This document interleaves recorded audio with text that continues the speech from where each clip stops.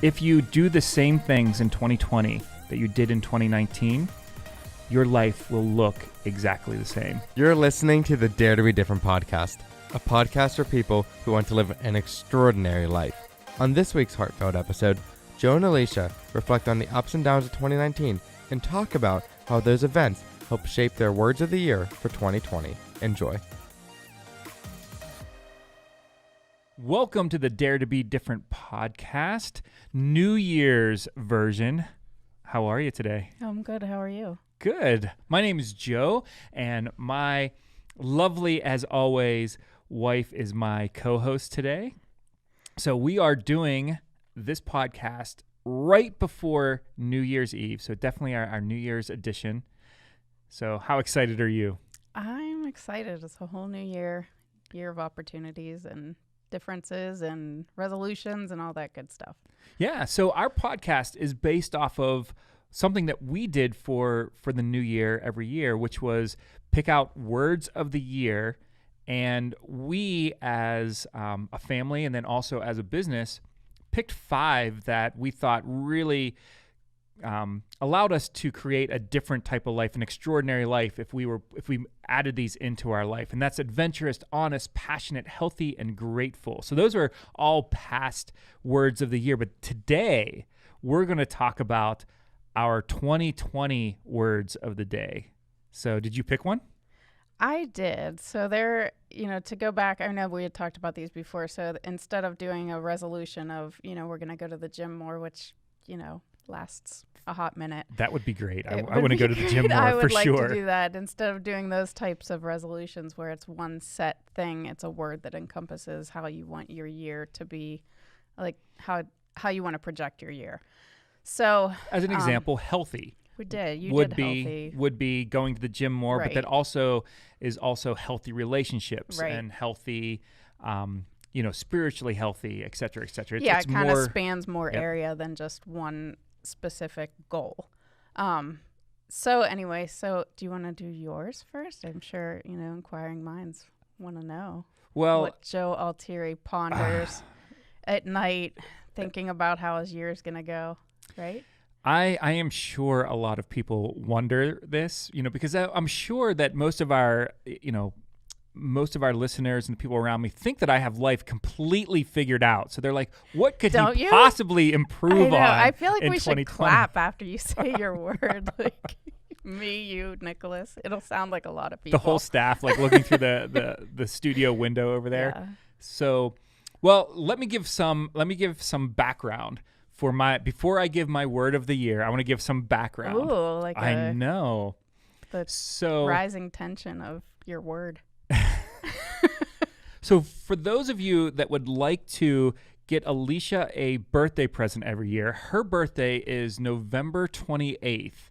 So just recently, not too long ago, I had to find a meaningful birthday present. We've known each other for a long time. You and I met when you were 16, and it was right before your birthday that we met when you were 16 years old. That must have been a lot of pressure back then on you. It was a lot of pressure. So now you're a little bit older than 16. Slightly older than 16. And, the presents have gotten a bit more difficult to find. I think I went through a jewelry phase for a while, and then like a clothes phase, and then we did like some adventures. We went on some trips. Like that was like the gift for you and some lean years where we went the nothing years. Yes. We got food. Yes. Hey, we got electricity this month. So, but this past year, I went way out of the ordinary. Something that I had never, ever, ever done before, which was I decided to, I picked up a book called Things I Love About You. And it's a little tiny book for those of you that are watching. It's about this big. It's really, really small. And you flip through, and it has fill in the blanks for, it was about 45 pages that seem really, really easy. And they're just certain things like, I love when you do this, and there's a blank that gets filled in. Or when this happens, I think this. And they they are, again, on the surface, you think that this would be a very, very easy task to accomplish. And it took me forever to do. That's really surprising because I am really likable. I agree, but it was such a. I wanted to put so much meaning behind every page I was just teasing you. that you struggle through it. But then on top of it, again, this will be a terrible surprise to most of our listeners and most of the people that know me. But I am not a very emotional person. I really don't wear my emotions on my sleeve. That's shocking. It is shocking. I know. Nicholas is over there going, like, he has the surprise face on. I mean, he He's can't. Just floored. He is completely floored. Get up, Nicholas. Get back in your chair. So, but what I found as I was doing this is I couldn't put meaningful things down on the page about how I felt about you without leaving a piece of myself exposed. So a lot of this, and we've been married a long time, a lot of this was, it was awkward for me to do, even though we know each other very well. I know you better than I know any person in the world. So, but what I felt through this process was this immense vulnerability. And then especially the fact that this was the only thing you got from me. So it wasn't like, oh, this is like I have some backup plan. Like, oh, wow, I did a terrible job on this little tiny book that took me hours and hours to fill in. Nothing that diamonds can't forgive, right? Yes, but I didn't have that I didn't have the backup diamond earrings. So like, this was it. Like, if you didn't like it, that was it. Or if you looked at the questions and you're like, wow, you are just so stupid. I didn't have a way of joking around to get past that awkwardness or anything like that. Like, literally. And also, I'm not a diamonds person. And you're not a diamonds person. No, you are actually a very simple person to please, with material things or lack of material things. So, but all joking aside, the vulnerability that I felt doing this, to me, was surprising. So I decided that for 2020, I'm going to make vulnerable my word of the year.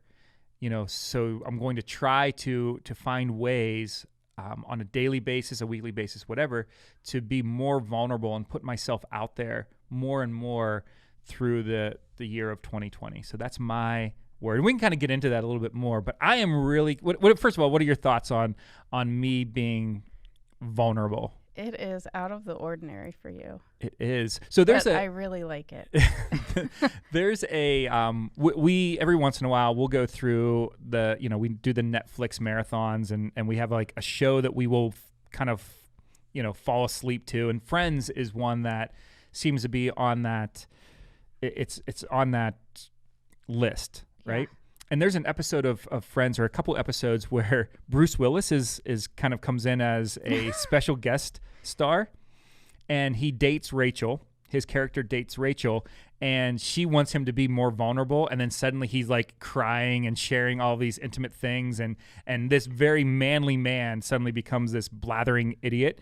And I'm just wondering if that's going to happen to me. I'm being vulnerable here by saying I'm very concerned that, like, once the floodgates open, like, you're not going to be able to shut them. So keep that in mind. It'll be interesting. It will be. I guess that's more, potential podcasts in the future about your blubberness. I don't know. We might change the podcast completely. So anyway, that's so you're excited to see how I do with being vulnerable. I do. I might have to remind you to be vulnerable. That's not a natural thing. It is not natural. I am going to be 45 years old. What? Here in the next couple months. I know, right? But so I have 45 years of self-preservation and self-protection. pent up vulnerability.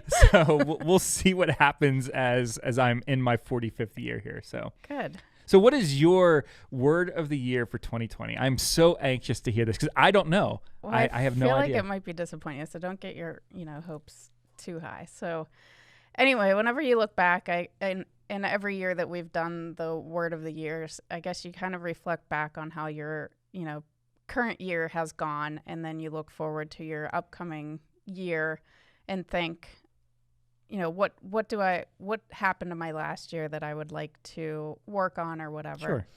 And so it always kind of goes based off of your previous year. And we've had some really awesome things happen in 2019. We got our second grandson was born in January, which is amazing. And it's our son's firstborn, which he is just adorable and perfect. And I couldn't love him more. And, and we've had our 16-year-old daughter got her driver's license, so that was amazing. It is, because also freedom, terrifying, I feel like all those things. In Braveheart, when he yells freedom, like when the last two become mobile, there's a certain amount of freedom that is just, oh my goodness, it's great. Anyway, completely outside of the point, but yes. Just different things for different children. We welcomed little Aria into the world, which is our newest granddaughter. First girl. So it's our third grandchild, first girl, I'm second convinced child for our oldest daughter. She will be able to manipulate me like no other person in the world. Absolutely. I can already see her concocting in her little I am sure. teeny Yes. brain. She's like, I will have him wrapped around my finger. So yeah. I rocked her like last night for, I don't know, an hour, something like that. She's so sweet. Yeah. She's just the sweetest. So I don't think I rocked any of my children for an hour total. So I guess maybe if you were more vulnerable back then. Now that I am being more vulnerable. Yes. Anyway, so but we had some hardships in 2019. So, which led to my word. We had I quit my job after a really long struggle of, being unhappy in it, and just a really tense situation, and just the, it's always change and just a difficult time frame when you shift careers of any sort. Sure. And so that was just a difficult thing. And then my dad passed away in July. Mm-hmm. And so that I know it's tough. And I know that a lot of people listening can't see, but of course, this is a very, very emotional time. So I'll give you a second to collect yourself. Okay. You all right? Yeah. Okay. But that's challenged us. It was really unexpected, and just kind of wrecked the remaining months. Thank you. Brought me a tissue. Wrecked some upcoming months past July, just with an overshadowing of sadness and hardship and different things that we had to sort of decide that we were going to overcome. And for all of us, because our entire family was really, really close-knit with him. Our son works for him, it's just a whole, ton of emotions and different things to deal through his passing. Mm-hmm. Which led me to thinking of the word for 2019. I really didn't want sadness to overshadow my word, if that made sense, to project into my next year. So I didn't want 2020's definition to be about, hardships of the previous year. I wanted it to be something positive, that it wasn't like downtrodden for 2020. Yeah. So my word of the year is strength. Wow. It is. So I just think that it can encompass so many different things, coming out of a really blessed year, but also one with some hardships like we've never faced before. Mm-hmm. I just feel like that word is just something that will be encouraging as we kind of go through and navigate our next year, which looks so different in so many ways than early 2019 did for our family. So I don't know. I'm just looking forward to being stronger in my relationships, whatever career path is next for me, or change, or, in our family, just that we're stronger together. We've already, through the devastation and through the hardships that we've gone through, I feel like we've come out, and we're not through it by any stretch of the imagination. We're not, going to ever forget, but we're strengthening as we're moving on, and we're becoming stronger together. So that's it. That's my word. What's interesting, and of course, your dad was a big part of my life since I was 16 years old, Right. 17 years old, I guess. So of course it's a terrible time that we've gone through over the last several months. But to your point, I think that our immediate family, our children and their spouses and things like that, I can't remember a time where we actually had stronger relationships. Right. So, again, not that any of us want to go through bad times, but I think that I think that a lot of how you come out of it tells a tale of your character and how how strong you are, both individually, but then corporately as a family or as a group. So it's I think about it and I know somewhere your dad is looking down on us and smiling because we're keeping he owned a business and we're keeping that going, we're keeping that strong, and also seeing how we rallied around each other. I know that he's happy with how we are, how our lives are looking, and I'm sure he sees things that we won't know until we're with him someday. But I'm sure that he really appreciates the fact that we are stronger and that our kids and the people that he cared about are stronger too. Right. So, wow, what a great word. Thank you. And man, does that mean you're going to start working out? It might. Stronger too? Like, I mean, at least temporarily, at least until, until next year of January. Well, I give myself 2 weeks. You at least give me a year. No. I think it encompasses a lot of things that we, I feel anyway, personally, not we, I don't want to ever put my word on you, but, No, I like your word better than mine. Oh, well, sorry. I think my new word is now stronger. You can't. That's so much better. It's not stronger. It's strength. Strength. Yeah. Not stronger. So, I mean, whatever. Same thing. But strength versus vulnerable, I'll take strength any day. Oh, well, you can't have it, Coat. But no, I think it just Nicholas, it can encompass so many. Her word is better than mine.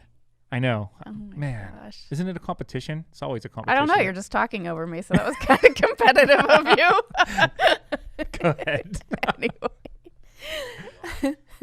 No, it just I just think that it can spread over so many different areas of your life. Yes, stronger. It would be great to work out and to continue to strengthen our bodies so that we don't get sick or something happen to us, whatever. And even like mentally stronger.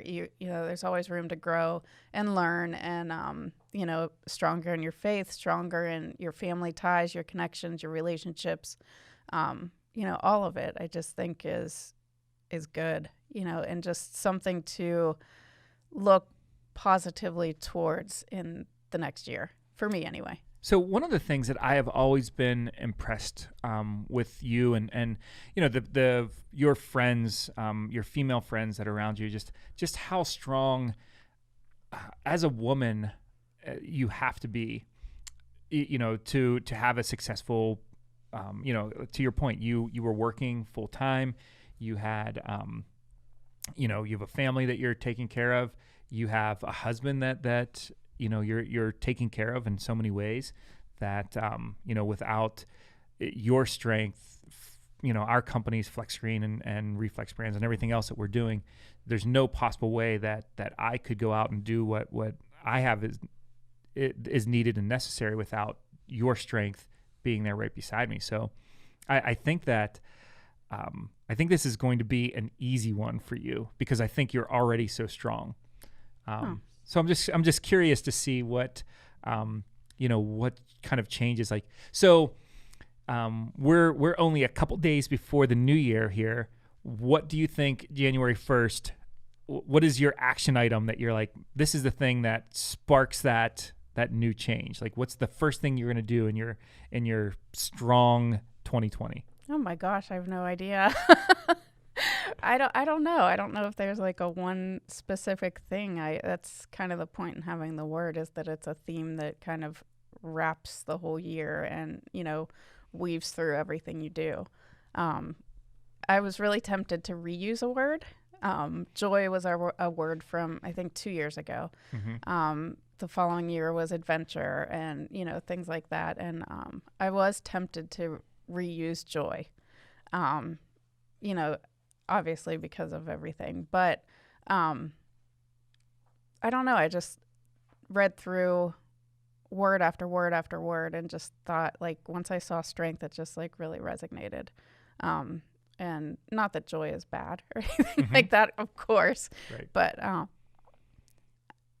just, every year that we look at a new word, I don't want to recycle yet. Like, I'm not there yet. So looking to, like, it hasn't gotten so stale no, that you're like, it man, I got to go back to. No, I'm going to go back to, because of course, like, a few years ago we did adventure that was my word. I think yours was health that year. Mm-hmm. And so we did a lot of outdoorsy different things. And you kind of see through those experiences, you find some things that you actually enjoy together as well. Like, because we did the adventures, we kind of found things that we enjoy to do together. So adventure kind of continues on. It's not like, you hit December 31st and adventure is over then, and now you have to move into, joy and forget about adventure. It's just something that kind of weaves and continues. It's just a focus for the year, that hopefully from focusing on that word, you pull it into your next year and your next year and your next year, and you continue to improve yourself, on the inside and outside, and, in your relationships and others and giving and, all those different things. Yeah, which is interesting, because maybe we can share a little bit about, you had mentioned this isn't something where we wake up, on New Year's Eve and go, oh, we need a word for next year. Like, we very purposefully start talking about this around Thanksgiving. We start asking our kids, hey, have you thought of your word of the year? What's it going to be? That type of thing. And so we do, we put a lot of effort into trying to come up with, and again, not that this is a job, because it's fun. It is something that we tease each other a little bit about our words, but it is something that we do use as a way of making our life different. Right. At the end of that year. To your point, adventurous was something where we said, wow, we had never gone hiking before. Up until that was your word, we had never gone out hiking. Yeah. And we're like, wow, this is actually something that's fun. Who would have thought? And the word forced us to try this, and now it's become part of our life. Yeah, and it's, you're kind of like, well, yes is the new no for, adventurous type things. I remember that year we went to a water park in Florida, and it was just not my thing. It's just not, sorry, and I was like, I'll go, and I'm gonna say yes to that. Yes is the new no for adventurous type things. And we went to the very top of this terrifying water I remember slide. that Oh one. my gosh. And I then you am sat just there not a and they- underwater kind of person. It's just not my comfort zone. I can swim, I can survive. It's just not where I like to be.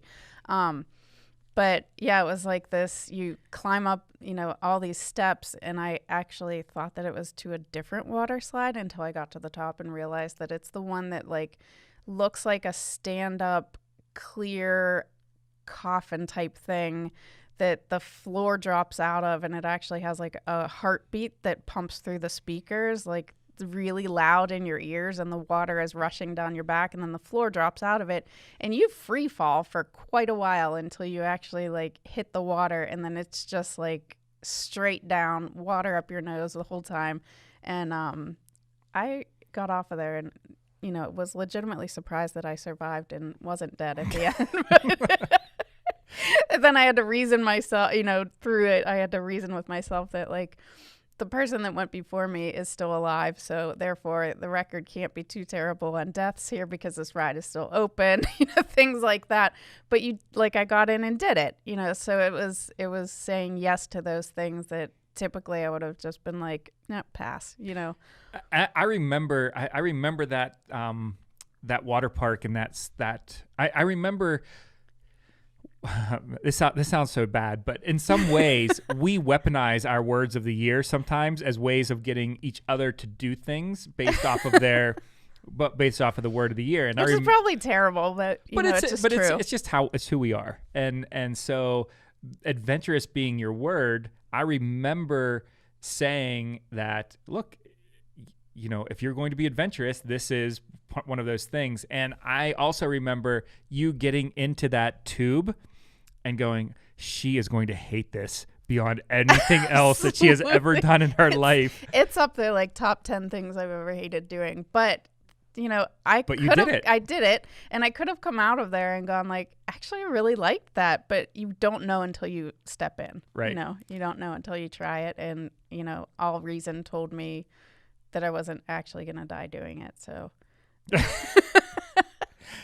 But to that point, just talking about this for anybody that's listening, how we use our words, they don't become something that is just, we use a word and then we write it down, put it into a drawer, and then we don't think about it. These are very public within our family, and we talk about them a lot through the year. And then to that point, we use them to make sure that we are staying accountable to each other. I use the term weaponize, but we do that. We keep each other accountable through this by using those words. Maybe hold accountable sounds a little bit gentler. It does. That's know. Just not who we are. We're not very gentle. We're really not. But so I'm really curious to see, number one, how you guys remind me to be vulnerable. If you guys even want that, because you guys might get to like February and you're like, Dad, you need to stop this. Like put the Kleenex away. Yeah. Get out of there. Oh my goodness. God, it's such a hard day at work today. Like, pull yourself together. Slap across the face. But I'm very proud that you used strong. Or what is the official word? Is it strength? Strength as your word. I'm very excited to see how you play that out in 2020. I don't know. Maybe I'll take up boxing and like knock you out one day when you walk in the door. I'll be coming in weeping, and then you just, drop kick me. That'd be very vulnerable of you I took you out. Yes.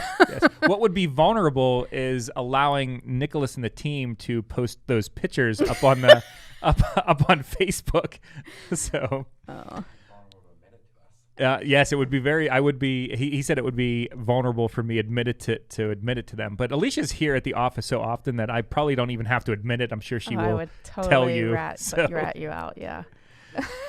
But here's my challenge to you. And I think that this is a really, really good challenge.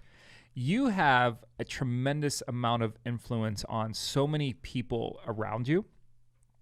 I challenge you to not just have strength as your word, but by the end of 2020 to bring some other people around you, and mainly women, because you do have a lot of influence on the women in your circle, to help them to be strong as well. I think you have that in you to really, really pull people up and to bring them right alongside you. So I think you can do it.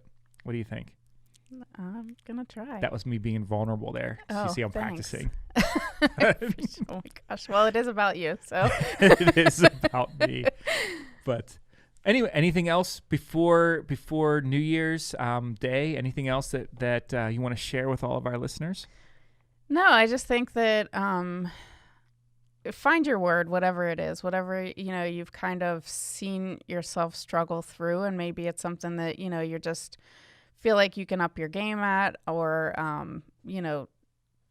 strengthen in your life throughout, your relationships, or, anything mentally, physically, spiritually, however you see fit, or whatever kind of rises to the top, once you shake out all the, things that are going on in your life, and just think about something that you might want to do better this next year, and find that word, and don't stick it in a drawer.